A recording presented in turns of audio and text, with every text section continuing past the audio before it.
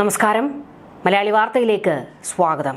കടലിൽ നിന്ന് കത്തി അമർന്നുകൊണ്ടിരിക്കുന്ന വാൻഹായ് കപ്പലിനെ ഒരു രാജ്യങ്ങളും അവരുടെ തീരങ്ങളിലേക്ക് അടുപ്പിക്കുന്നില്ല.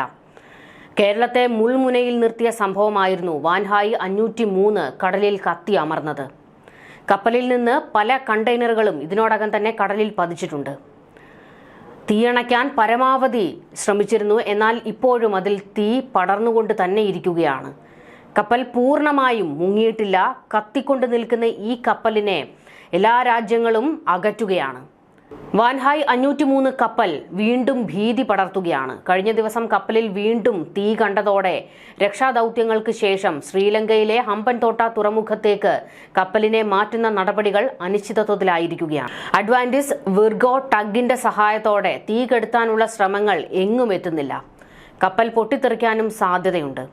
ഇതിനിടെ കപ്പലിലെ 243 കണ്ടെയ്നറുകളിൽ വെളിപ്പെടുത്താത്ത വസ്തുക്കൾ ഉള്ളതായി ഡയറക്ടറേറ്റ് ജനറൽ ഓഫ് ഷിപ്പിംഗ് കണ്ടെത്തിയിട്ടുണ്ട്. രക്ഷാപ്രവർത്തനം ഊർജിതമാക്കിയിട്ടും ഇടയ്ക്കിടെ തീപിടുത്തം ഉണ്ടാകുന്നത് ഇതുമൂലമാണെന്നാണ് പ്രാഥമിക നിഗമനം. സ്ഫോടക വസ്തുക്കളടക്കം കപ്പലിലുണ്ടെന്നാണ് സൂചനകൾ.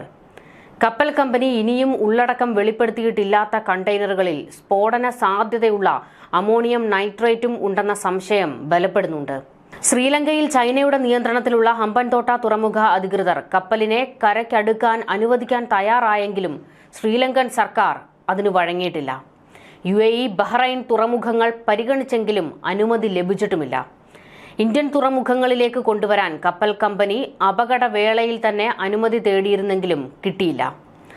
രാസമിശ്രിതം ഉപയോഗിച്ചിട്ടും വാൻഹായ് കപ്പലിലെ തീ വീണ്ടും ആളിക്കത്തുകയാണ്. ഇതോടെ ടഗ് ബോട്ടുമായി കപ്പലിനെ ബന്ധിപ്പിച്ചിരുന്ന വടം വേർപെടുത്തി. കപ്പലിന്റെ എഞ്ചിൻ റൂമിൽ നിറഞ്ഞ വെള്ളം പമ്പ് ചെയ്ത് കളയുന്നതും നിലച്ചു. കപ്പൽ വീണ്ടും നിയന്ത്രണം വിട്ട് കടലിൽ ഒഴുകി നടക്കുകയാണ്.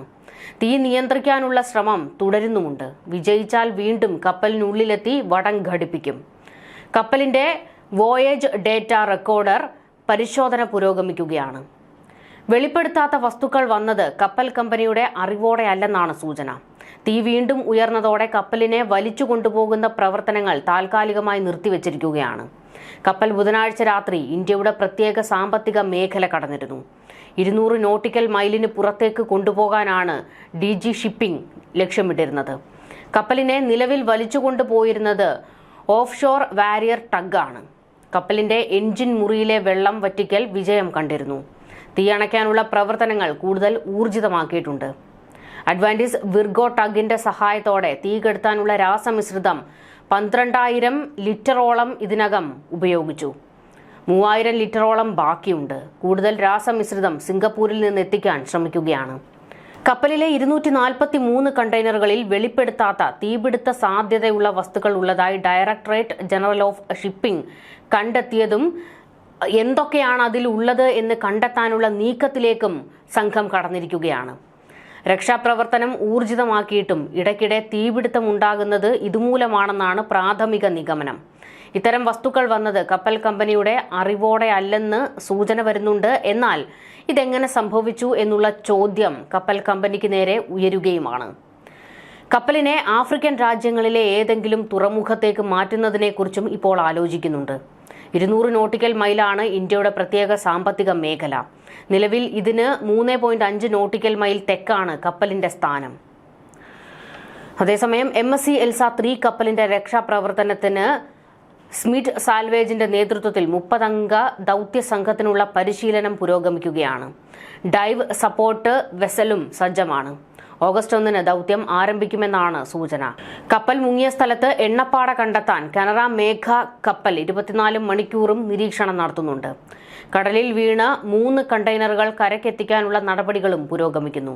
2020 ഓഗസ്റ്റിൽ ലബനനിലെ തലസ്ഥാനമായ ബെയ്റൂട്ടിലെ തുറമുഖത്ത് സൂക്ഷിച്ച 2750 ടൺ അമോണിയം നൈട്രേറ്റ് പൊട്ടിത്തെറിച്ചിരുന്നു. 218 പേർ കൊല്ലപ്പെട്ട ഈ ദുരന്തം ലോകത്തെ ഏറ്റവും വലിയ ആണവേതര സ്ഫോടനമാണ്. 26 ദിവസം ശ്രമിച്ചിട്ടും തീ കെട്ടടങ്ങാതെ വാൻഹായിയെ കരക്കടുപ്പിക്കുന്നത് ദുരന്തമുണ്ടാക്കും എന്നാണ് രാജ്യങ്ങളുടെ വിലയിരുത്തൽ. അതുകൊണ്ട് തന്നെയാണ് പല രാജ്യങ്ങളും ഇപ്പോൾ ഇതിനെ കരയ്ക്ക് അടുപ്പിക്കാൻ അനുമതി നൽകാത്തതും. വാൻഹായി ഒരു വലിയ ഭീഷണിയായി മാറിയിരിക്കുകയാണ്. ഇപ്പോൾ ഒരു മുന്നറിയിപ്പ് വന്നിരിക്കുന്നത് ഇന്ത്യയിലല്ല, കൂടുതലും ശ്രീലങ്കൻ തീരത്തേക്കൊക്കെയാണ് ആ കണ്ടെയ്നറുകൾ എത്താൻ സാധ്യത എന്നുള്ളതാണ്. എന്നാൽ MSC എൽസ 3യിലെ കണ്ടെയ്നറുകളെല്ലാം തന്നെ കേരളത്തിന്റെ പല ഭാഗത്തായി കരക്കടിഞ്ഞിരുന്നു. അതെല്ലാം കണ്ടെത്തുകയും ചെയ്തിരുന്നു. ഇപ്പോൾ വാൻഹായാണ് ഒരു വലിയ ദുരന്തമായി മാറിയിരിക്കുന്നത്. എത്രയും പെട്ടെന്ന് ഇതിലെ തീയണയ്ക്കാനുള്ള ശ്രമം നടക്കുകയാണ്. ഈ കണ്ടെയ്നറുകൾ കടലിൽ പതിച്ചാൽ അത് വലിയ ദുരന്തമുണ്ടാക്കും എന്നുള്ളത് ഉറപ്പാണ്.